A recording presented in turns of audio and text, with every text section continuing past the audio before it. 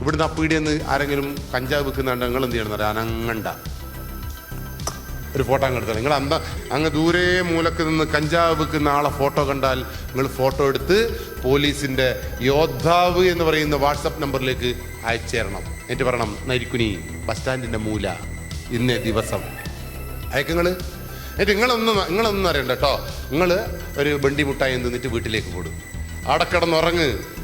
1/2 മണിക്കൂറിനുള്ളിൽ നമ്മൾ യോദ്ധാവ് വന്നിട്ട് കോന്തപ്പനിയും കൂട്ടിക്കൊണ്ടുവന്ന് നിങ്ങൾക്ക് കാണാം. നിങ്ങളെ തൊടൂല.